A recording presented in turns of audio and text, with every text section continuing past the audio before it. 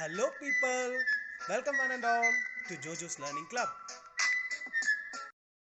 Hello guys, welcome back to my channel Jojo's Learning Club. So on the part 1 we discussed about the electronic device circuits, right? We started with absolute temperature, ambient temperature, room temperature, etc. Then when we went to electron volt, etc., right? And on the second part of this series we'll deal with the first, starting with what is an electric field intensity. So electric field intensity, also known as field gradient or field intensity, or it is just called a field, and it is denoted by epsilon or capital E. What is epsilon? It is equal to minus dV by dx, that is the voltage existing or applied by distance of spacing. Now let's understand what is mobility of charge carriers. Mobility is actually defined as what? It is defined as the drift velocity by the field intensity. Drift velocity is given by Vd and the field intensity is either given by epsilon or E. So mu is equal to, mu is the symbol for mobility. So mobility is defined as what? Drift velocity by field intensity, and it is called Vd by epsilon. And the unit of mobility is meter square by volt second or centimeter square by volt second. Or just a point to note here is that drift velocity is always greater than the normal velocity. And now let's understand what is mobility indicates. Mobility indicates how fast is the electron or hole is moving from one place to another. This you will understand more when we are going deeper into semiconductors. So what is actually a mobility? Mobility indicates how fast that electron or a hole is moving from one place to another. Now let's understand the electron mobility mu(n) of germanium and silicon. See, these are the main semiconductors and these comes in the group 4. These are the main semiconductors which we will be using. So this is of main use for us. So the electron mobility we represent by mu(n). When it is written by mu(n), what it does denote? It denote the electron mobility. And when it is mu(p), it is denoted as the hole mobility.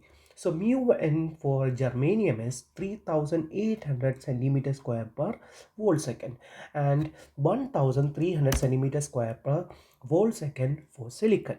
And now understand what is hole mobility. Hole mobility is denoted as mu(p), and for C you can see here 1800 centimeter square per volt second is for germanium and 500 centimeter square per volt second is for silicon. I have not written here silicon, but it is silicon. And you can say, while seeing these numbers, what can you note? You can see that, see, the electron mobility is much greater when compared to the hole mobility, and because of that there is also a phenomena. Let's before that understand the ratio of mu(n) by mu(p), that is the ratio of electron mobility to the hole mobility, which is equal to 2.1 by 1 and 2.6 by 1. For germanium the electron mobility is 2.1 is to 1, and for silicon it is 2.6 is to 1. And you can see that electron mobility is always greater than the hole mobility, and so what happens, and therefore electrons can travel faster and will contribute more compared to the hole, right? Because the hole mobility is much less and it contributes less when compared to the electron mobility. Now let's understand the features of why germanium is preferred. So why germanium is preferred? Higher conductivity due to larger mobility. We saw in mobility here, right? When compared to silicon, why it is like the 3800 centimeters square per volt second and 1800 centimeters per volt second plus by volt second is the electron mobility and the hole mobility. So it is much more when compared to the silicon. That's one of the main reason, that is higher conductivity. And the next reason is relatively more suitable for high frequency applications, and because of these mobility reasons it is relatively more suitable for high frequency application. In germanium and silicon, switching times are very small and both are suitable for, actually silicon is also used for are both suitable for high frequency application. But what is a phenomenon which is like a standing top for the germanium? Germanium has larger bandwidth and germanium is best suitable for high frequency applications. And next, what about the silicon? Let's also understand about silicon. Silicon is relatively more suitable for switching applications.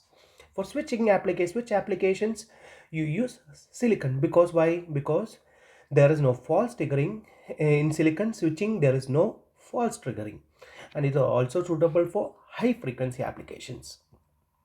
And always to remember is that mobility decreases with the temperature for all devices, and it is a universal statement, that is mobility decreases when the temperature increases.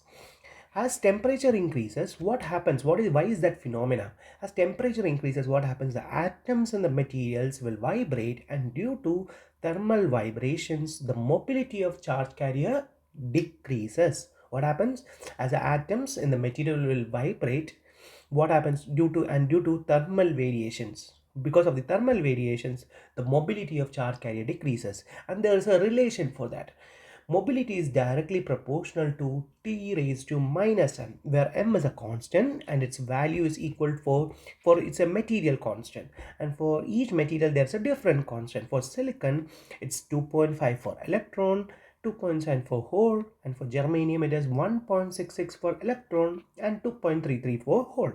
So what it was we said, mobility decreases with temperature as a non-linear variation. Now let's draw some graphs related to that, right? So first we'll plot mobility versus electric field intensity for a semiconductor graph. And the graph here drawn is an experimental graph.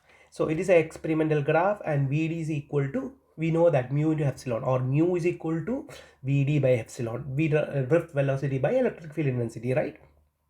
While seeing the graph, what we can see, when small intensity is applied to the semiconductor, what are the phenomena happening when small field intensity is applied? That is, epsilon is very small. Mobility of charge carrier will remain constant. Its mobility is always remains constant. You can see from the graph, right? It remains constant. And what happens is the drift velocity linearly increases with the field. Drift velocity linearly increases from the field.